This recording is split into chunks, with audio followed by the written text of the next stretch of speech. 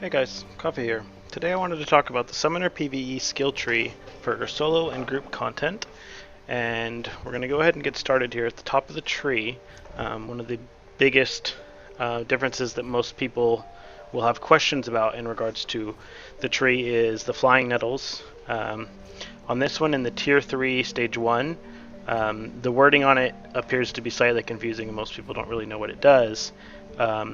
What it's stating is that it will hit an extra time when you cast it on a mob for the second time. One of the other benefits this skill also has over the tier 2 stage 3 is that it actually hits an additional time on its tick, which allows it to get an extra chance at a critical attack, which by running a summoner you're going to be running anywhere from 55 to 60% crit chance, which will allow you to pull out quite a bit of extra damage on your flying nettles, because on the first attack you're getting 5 chances at a crit compared to 4 on the other, and then every time after that you're getting 6, which by the end of a longer fight you'll notice a significant increase in damage because of it. Next up we have Rosethorn, the left click. For this one you're going to want to go straight down the left hand side of the tree. The 4th tier that we just got with this most recent patch allows you to get to where whenever you land a critical hit you will get 2 focus instead of 1 for Rosethorn. The rest of these are not very good for PvE at all. The next one we're going to go to is the Sunflower, aka Rumblebees. But for this one we're always going to go down the far right hand side of the tree. For those that do have the Hongmoon skill from eating a Royal Zen Bean, which is either 4,500 or 5,000 Zen Beans, that will allow you to get the Hongmoon skill Super Sunflower. What this does is, instead of getting 3 seconds of photosynthesis, you will get 5. For most people though, they're going to be using the one that allows them to get 3 seconds of photosynthesis. This is one of the ones that people don't necessarily know quite how it works. Basically what it's stating is that as long as one of the effects under the prerequisites is being met, then when you cast a right mouse click, the next right mouse click that you do will be a Super Sunflower, which will give you 1 stack of photosynthesis. So what that means is, basically, if you have Doom and Gloom on the mob and you were to right click it once, then it will then proc Super Sunflower, which will allow you to right click it again and you'll get 1 stack. And upon getting 5 stacks of those, then you'll hit photosynthesis and you'll go into overflow, which will be a huge spike in damage. Next up we have Doom and Bloom. For solo play you're going to want to go into tier 2 stage 1. For this, it will allow it to ensure that it's healing your pet as well as healing you and giving you the maximum amount of focus gain. Whenever you are running in a party, you will want to move a point over into the tier 4 stage 2, because that will allow you to offer focus recovery for your party members as well.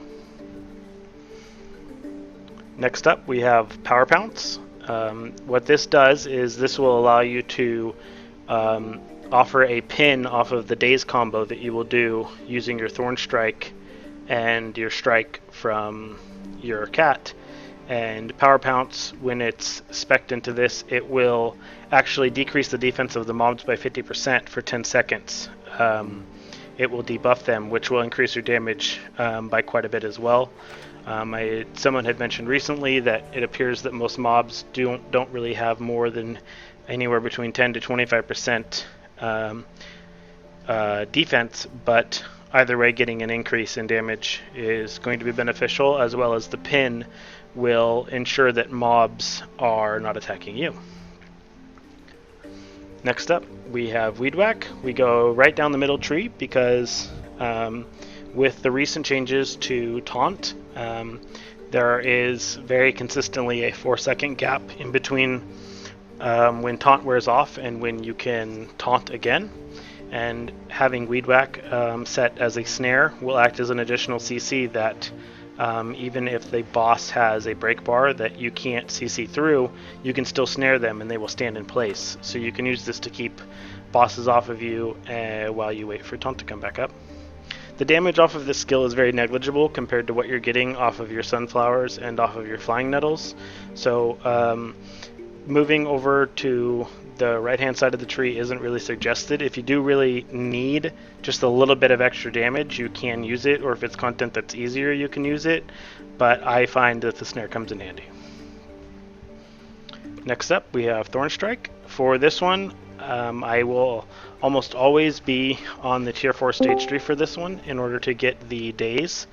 You can combo this daze with the daze on strike, which will allow you to land power pounce on any boss there is, even ones that require a CC chain.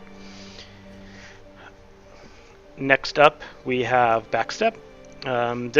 This with 1 point in this, it will allow you to get stealth after you use your 2, and that will basically just, again, during the times where you make a mistake and you just really need to get the boss off of you and back onto your cat, this will give you that 3 or 4 seconds of breathing room that you need. Next up, we have Seed Shroud. We go down into the tier 4 stage 2. If you do not have Hong Moon levels, this 3rd point doesn't need to be put in. It's not as important as just getting the 2nd one. The 2nd point in here, what it actually does is it will allow you to block larger attacks that will typically pierce a normal Seed Shroud. So, for example, like large slam attacks that bosses will do, anything that has a red circle on it. If you use the F to use your enhanced Seed Shroud right before it hits, it will allow you to still fully block all of the damage from that. And the 3rd point in this gives you an extra 25% shield in case you block or in case you use it and don't end up actually blocking anything. Here we have 2 points in Huzzah. This is probably the points that can be moved out the easiest. I run these just to speed things up in case I ever really need to heal my cat, and that will allow me to use True Friend and leave it on the 20% healing, and just use that in lieu of using pots or using food. For some fights in particular, you'll notice in a lot of the guides we will change this one over to the 5 or to the resist 5 for 5 seconds. This is useful for things like Poharin or on Slashimi and different bosses where they have attacks that require you to have either resistance or iframes. And next up, again, we have Strike. We're going to go down into Tier 2 Stage 2 for this one, which will give you the 2-second daze that you will combo with Thorn Strike in order to knock bosses down. Next up, we have Crouching Tiger, which is going to be your taunt. You're going to want to go down into the Tier 3 Stage 2 for this one. This will give the pet the full taunt for 8 seconds. As well as heal the pet whenever they are hit while taunting. And finally, the last points that we're going to have, we're going to go ahead and put 3 points into the Tier 3 Stage 2. For this, what this does is, on top of giving what it states on the tooltip of 30% defense against AoE attacks, it also just about doubles the HP on your cat. If you were to move the cat into attack mode, you notice the HP will drop down to roughly 23,000, something like that. So if you're trying to clear content quickly and you want higher damage, then you can go ahead and run the attack cat. But for any content that's newer or harder, then the defense cat is recommended.